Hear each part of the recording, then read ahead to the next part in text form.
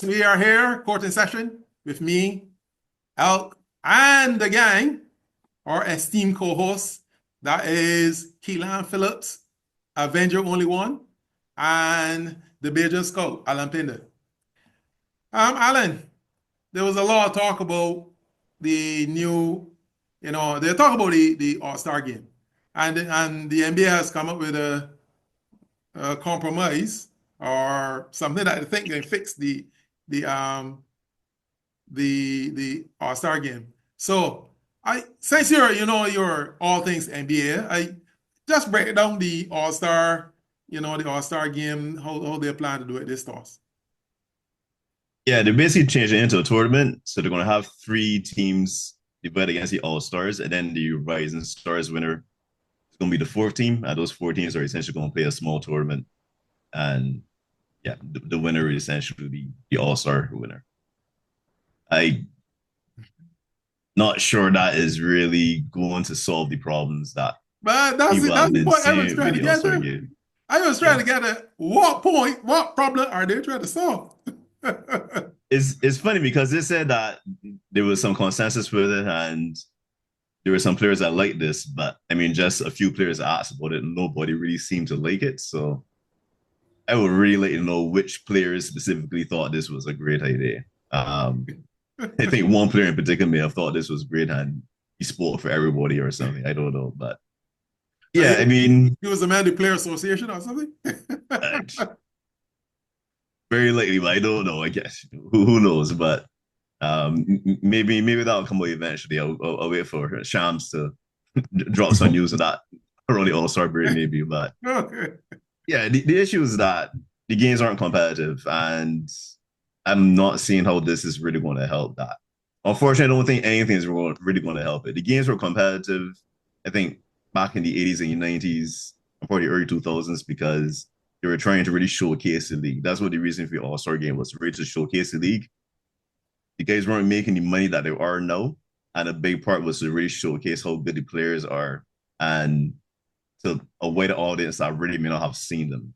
Um, in our game today, with all the different social media influences that players have, players with million followers and whatnot, the All Star game isn't really needed for that showcase aspect that it was before.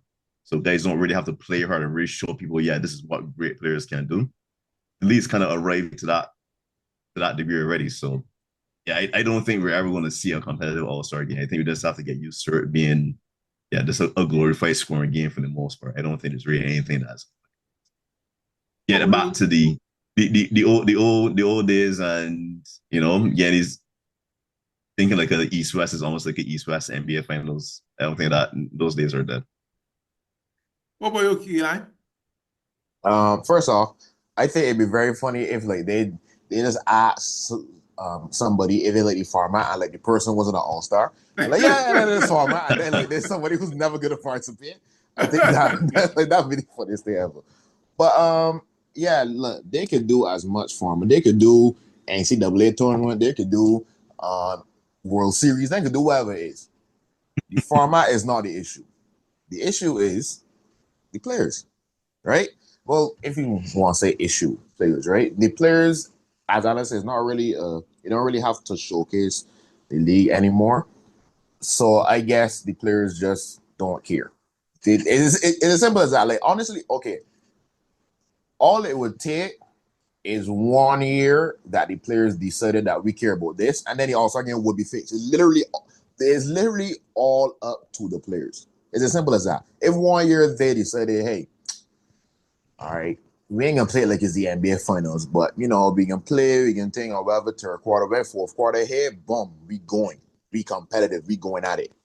I'm pretty sure everybody will love that. Not team scoring 200 and something points. Like that isn't seen and jacking up. How much trees did they shoot? 100?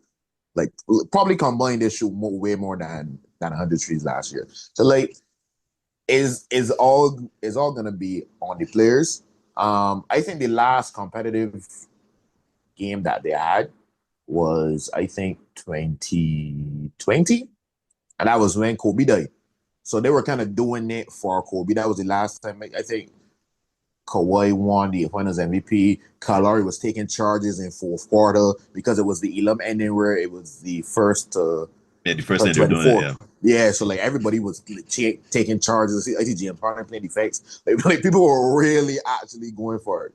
But yeah, there's no format, there's no nothing that I think can change it. I think the players have reached the point to where I think this might also be a media thing. I think we've gotten so much to really regular season that doesn't really matter, that the players don't care about anything else really besides like the finals. So like anything outside of getting ready for playoffs or whatever, players don't seem to really care about it. And no fault of their own. If you keep telling them, well, you don't have a ring, you don't have a ring. Well, I mean, eventually they're only going to care about getting a ring. So that's not really a big reason why, but I just think it just boils down to the players just really not caring. Yeah. All right. I just want to say though, just to end off this part of this discussion, that when the NBA Cup was introduced, everybody was like, I remember LeBron James famously saying the person that come up with this should be fired. Right? When he won it, though, I didn't hear you say when he got fired. Right? That's the in-season tournament. Yeah. Sorry. The not in-season tournament. The play-in. Yeah. So yeah, he didn't let him play in. Oh, yeah. It was the play-in. I think he ended up playing. I think he ended up playing. I get it, he playoffs, but he playing. Yeah. So, but I must say though that I agree with both of you. I say it is not the problems that are being solved is become competition, and the players say as a break from work, really, like vacation. So they treat it like vacation. So I don't see again competitive All-Star game ever again. The only way it could potentially work, I'm thinking, is that because there are 3 teams of 8. Well, I think it's not 3 teams, but because there are 3 smaller teams, because maybe each guy will have more opportunity to play. Whereas the All-Star game, 12-man roster, there are a lot of guys that really aren't going to play much minutes. Yeah. Maybe because more guys will be able to play a bit more, maybe more competitive, because more guys may actually be playing more. I mean, that's the only potential silver lining that could potentially lead to it, but that's still a long shot in my mind. The only last thing that I would say for a minute quit, that maybe the format, this is a this is a real long shot, but I think that the winner of the Rising Stars game, those are young guys, right? So they this is gonna be their first time playing especially on a Sunday. Like the Sunday is supposed to be showcase game. The only way that I see maybe it getting really competitive is if I think that young team is gonna come out for blood. Like they can come out, they can be like competitive, whatever, because like they're playing against the All-Star. I think if maybe to not get embarrassed, I say like that's a long shot. Maybe they play so competitive, the actual All-Star can be like, hey, well, if we don't play, we might get show up by these guys. Long shot, don't think it's ever gonna happen, but I guess that's the only way I could see maybe them thinking, hey, let me not get embarrassed. Let me actually play against the and where does Wemby play? Because Wemby technically should be in the Rising Stars as a second-year player, right? Yeah, but he's gonna be All-Star this year for sure. So which team does he play on? I guess he decides. But remember, it depends on if he's the winner of the All-Star. Okay, if he doesn't win any Rising Stars, then I guess he just be the All-Star. But if it does, Wemby's team's probably going to win the Rising Stars. Maybe, probably. It depends on who drafts. It depends on who that's the All-Star game format, and obviously, we all agree that it will lots of hilarity to it. Yeah. But the last couple of months, a lot of the podcasts in the US, a lot of the pundits in the US are talking about the NBA and the NBA ratings. I really want to know, is the ratings, all this conversation about the ratings, is it fact or is this fiction? What do you think, Keelan? Some of it is fact. I think some of the reasons may be fiction, but but the actual thing is that the ratings have gone down. It is more difficult, especially in the US, to watch certain games because it's not on one platform. It's spread across many different things. You got to subscribe to this, but League Pass don't show local games, so you gotta have it on Disney Plus and then on Netflix and Hulu and all these different places that you have to just to watch games. Right? I think that's making it more difficult for the average consumer, but also like people are gonna stream illegally, right? So like that doesn't count towards like their rating. So like when it's more difficult for you to find it legally, people are gonna stream, and then obviously that's not gonna count towards the viewing. However, so obviously that is gonna go down. And then funny, it was one other thing that I wanted to say about the ratings, but it blacked my mind, so I can't remember. So Okay. if it comes What back, about, then I'll yeah. what about you, Alan? Yeah, similar to what Keelan said, the ratings are down, that's a fact. But as you said, a lot of the reasons being given, there's a lot of myths going around. I think the big one about the threes, I think, is probably the biggest one to a degree. You're hearing, I heard some other podcasts. I think when he shots one, he talks about there are reasons why they don't play the NBA games anymore is because guys are not dunking and going to the room anymore, and threes are replacing the dunks. And in reality, threes are just replacing the long range twos. Tools, yeah. and the because floor so spread is actually encouraging more driving and more dunks to the rim. So it's just a lot of myths going around. People saying everyone's playing the same. I mean, there's always going to be a meta in the NBA. There's always going to be an optimal way to win. But in the 90s, when the league was built more so around big men, and you had the Karl Malones and Charles Barkley's and the Patrick Ewings and Hakeem Olajuwons, was it born because everyone was trying to hammer the ball on the posts and play inside out? I think that was necessarily born. And the team that dominated in the 90s did it a little bit differently, showing that, Bulls didn't have a major low post threat. That's I remember Luke Long a little differently than some of the other ones, but I mean, they played a little bit, even though there was a meta with regards to playing through the post. I don't think that era was necessarily boring to most of the guys. And even so, people still play a little bit differently. The offenses still have a bit of variation to them. I think similar thing is happening today. There was a game, I think, with the Golden State Warriors and the Dallas Mavericks that had the most threes the other day. Warriors and the Mavs played differently. Luka and Steph get a lot of threes up. I don't think anyone would say Luka and Steph play the same way. Their games are very different, even though they both trying to get a lot of threes. So the aim of the game is to get more threes up. That's what analytics say. But guys are creating their threes in different ways. Each player plays a little bit differently to create their threes as well. There are a lot of similarity in moves of step backs and whatnot. But I think you look at example with Steph Curry, they play very different games. So I think similarities are less a little bit lazy. People look on Twitter and they see a clip of something and they say, oh yeah, this clip represents exactly what's happening in every NBA game. And that's really not the case in most instances. That's a clip of maybe some bad basketball being played.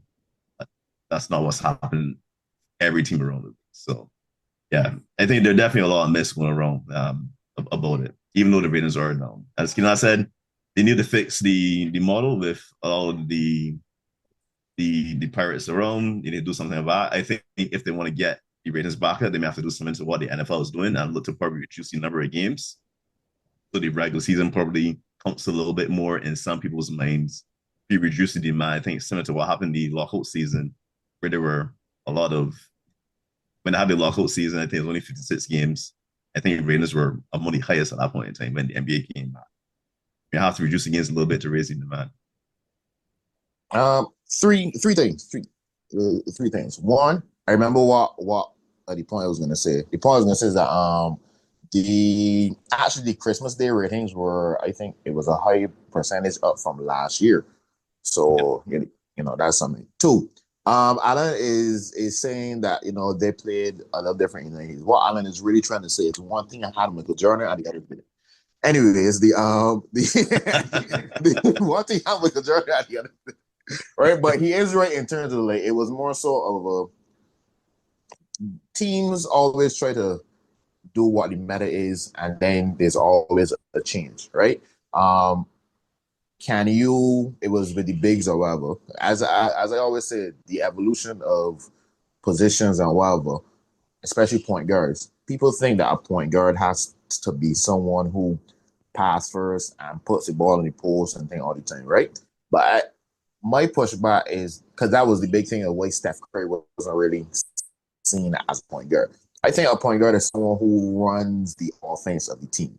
And if you run the offense of your team through scoring and playmaking, I don't think that makes you any less of a point guard because the roles of point guards have changed because there's no longer dumping it in to the big man anymore. Guards have more leisure and more freedom to shoot. It started to change where now you could win with a big wing in the 80s or 90s because obviously Matt is a point guard, but he's a big guy, right? Bird as well. And then Jordan was, hey, we could win with a guard, right? So like it, and the meta always changes. You always trying to find the next Magic, the next Bird, the next Jordan, the next one. So it always changes. So I think we're just now in the 3-point era where everybody's just trying to copy what maybe Steph did or what Boston is doing. However, the only thing I would say is, Alan, the two examples that you use are they're true, but yeah, at the same time, Steph and Luka do play differently than anybody else. However, I see a lot of teams, not a lot of teams, I see teams trying to copy Boston without having Boston players or shooters. And I think that's why sometimes it looks like bad basketball. So when you have like guys who can't really shoot that well jacking up trees, that's when it kind of looks bad. But there's no doubt that Steph looks different from Luka. So their teams play different. Same with Trey. Trey might be a little closer to Luka. Actually, people always say that Trey was like next Steph, but Trey doesn't really play all ball like Steph. He's more closer to Luka. So teams do play, yeah. So teams do play differently. But I think there are some teams that are just trying to copy the meta and just don't have the shooters that Boston has. Yeah, that's the thing though. But Boston is very peculiar. I mean, yeah. they are taking 53s a game. And I think only 3 teams are over 40. Everyone else is under 40. So, and Boston, as you said, their roster is just very peculiar that they have shooting at every single position. At a high level. And then they also have more shooting coming off the bench at all those positions as well. And pretty high level shooting. So yeah, that is a very difficult style to copy. So that's why I think that some teams will try to copy Boston, but I think that was self-correct because the threes where they were rising and they had stabilized in terms of the volume for the end for most teams. It spiked a little bit because Boston won. Yeah. So when Boston doesn't win this year. Yeah, I was about to say Boston don't win. It might go back though. I think it will. I think it will self-normalize because when you see them taking those threes and potentially missing them in the playoffs and then potentially getting knocked out, people are going to be like, okay, this might be a little bit too much. Too much, yeah. So I think it was self-correct. I think the 3 team was self-correct. But I think most teams are between 35 to 43s, which isn't bad to watch. In my opinion. It's 50. Well, I have a slightly different opinion. The Cavaliers seem to buck the trend of jacking up 53s, and they've still been scoring at a high level. Them and also OKC. So Denver doesn't also show a lot of trees either. So, you're right. So what I'm saying though is, I don't know if the trees is the problem, right? I can't see trees being the problem. I think it is a myriad of things that causing the problem. That's what stated the most. Yeah, right. So I just think that they got some people that got podcasts and they got to say something provocative so that people can watch. So you say something, strange, and everybody, oh yeah, he said that, and then they don't understand that by saying that, everybody getting a click on his podcast to see what he said. So he's getting some viewership. So sometimes I hear some things because I am not there. Yeah. Now, there's this also the other thing that really keeps coming all the time about skilled players. If these players are more skilled than other players, and this era of players are more skilled than the other era of players, I don't agree. I just think that technology have changed, And because the technology changed and people using more data and using more, biomechanics and all the other things, that people are working on certain stuff more than they used to in the past. So, but that's my opinion. So, Keelan and Stacey, of the three of us who played, or the three of us who I'm sitting here now, who's the only one who really plays, even only on one foot. What do you think? What do you think? I do think that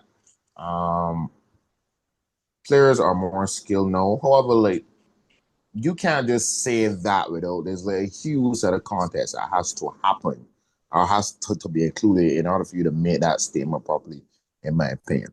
First off, it's natural with evolution. There are gonna be players that can handle the ball better, shoot better than players back then, right?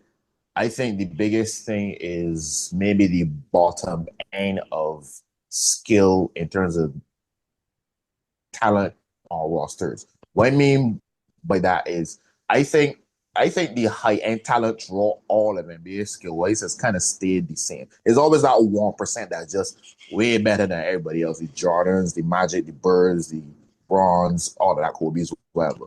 But I think the skill level of like the role players, like maybe that 6 man or that fifth, fourth starter, I think those guys are way more skilled than the players back then. Because I think like those like let me say on the Bulls, Judd Rushla, I can't remember his name, but yeah, but I think the talent of those players, I think they are more skilled now.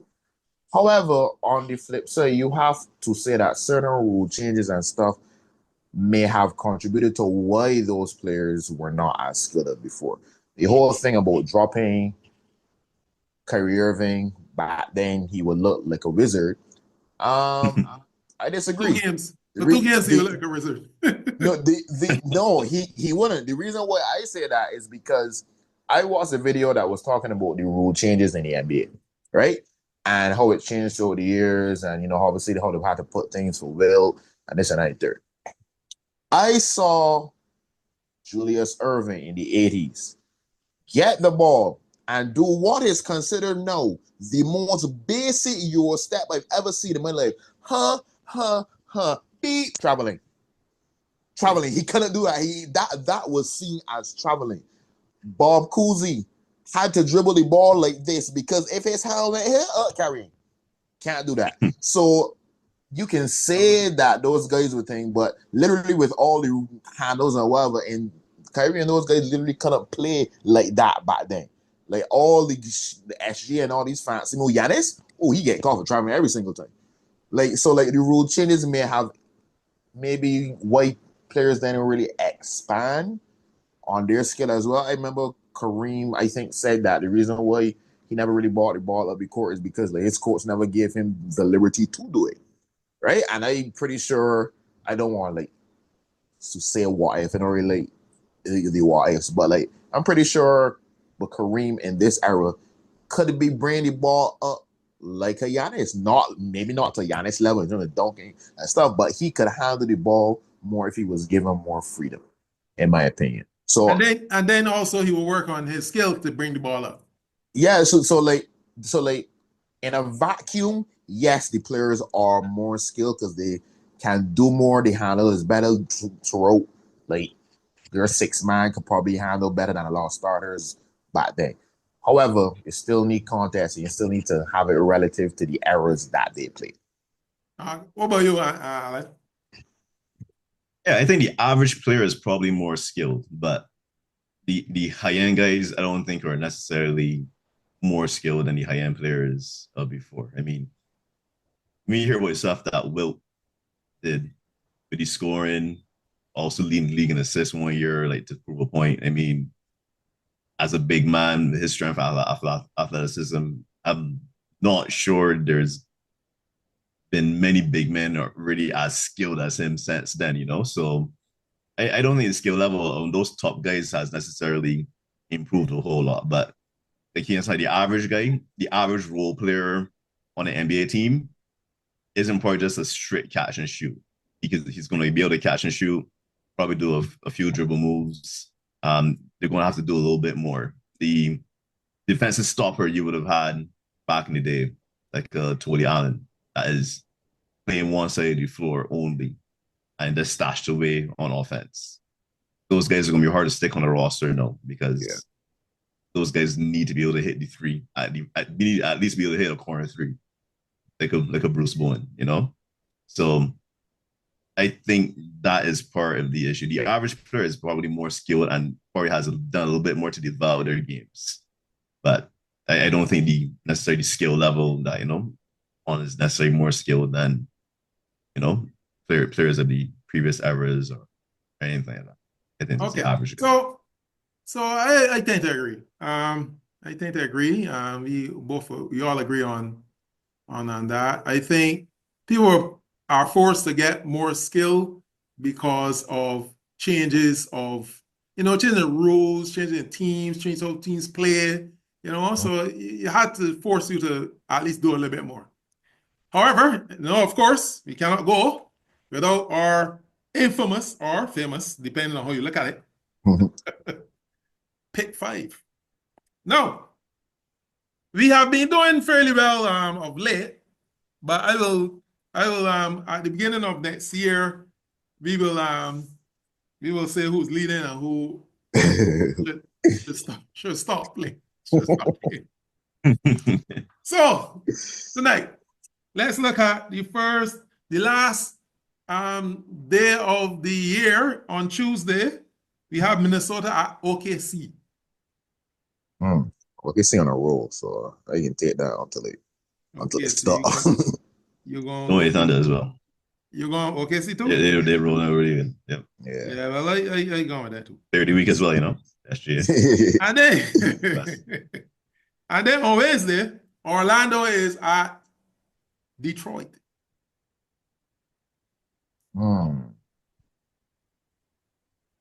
I go with Detroit.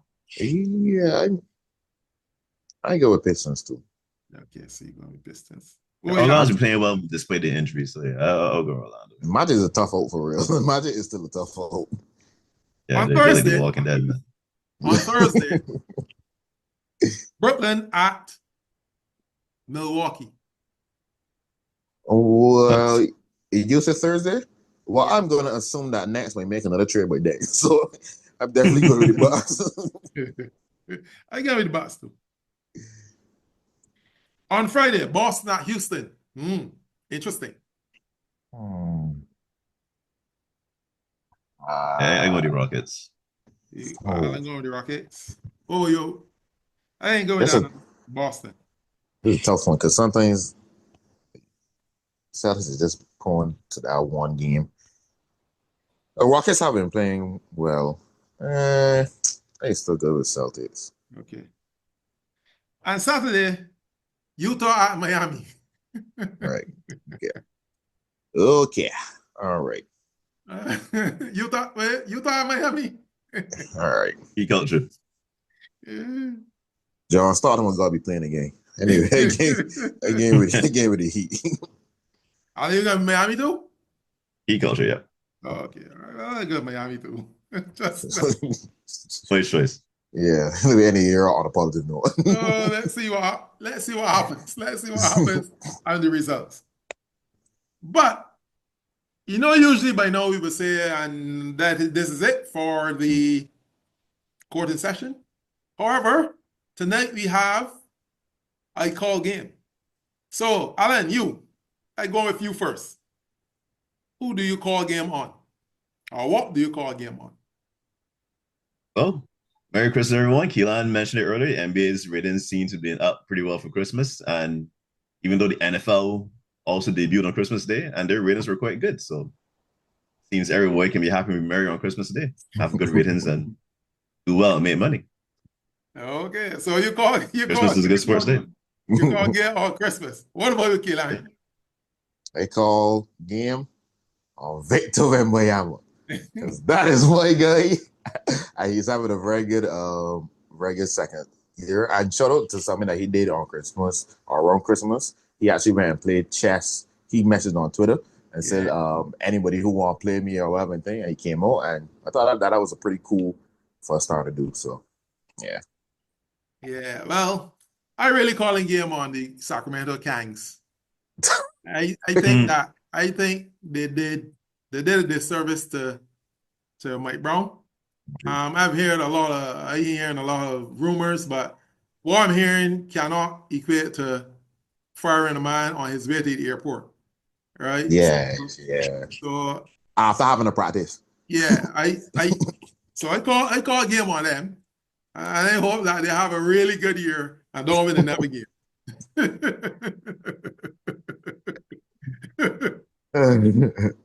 So yes, that is it for our court in session. And before we go, also we want to say Happy New Year to all our viewers. And next year we'll be having a couple of events, some live events, and also we will be coming up with the BABA segment when the BABA season starts, and we will have some live. We may have a couple of live events with the BABA. So from all of us here from CIS, we wish all of you a happy and prosperous new year. The court is adjourned.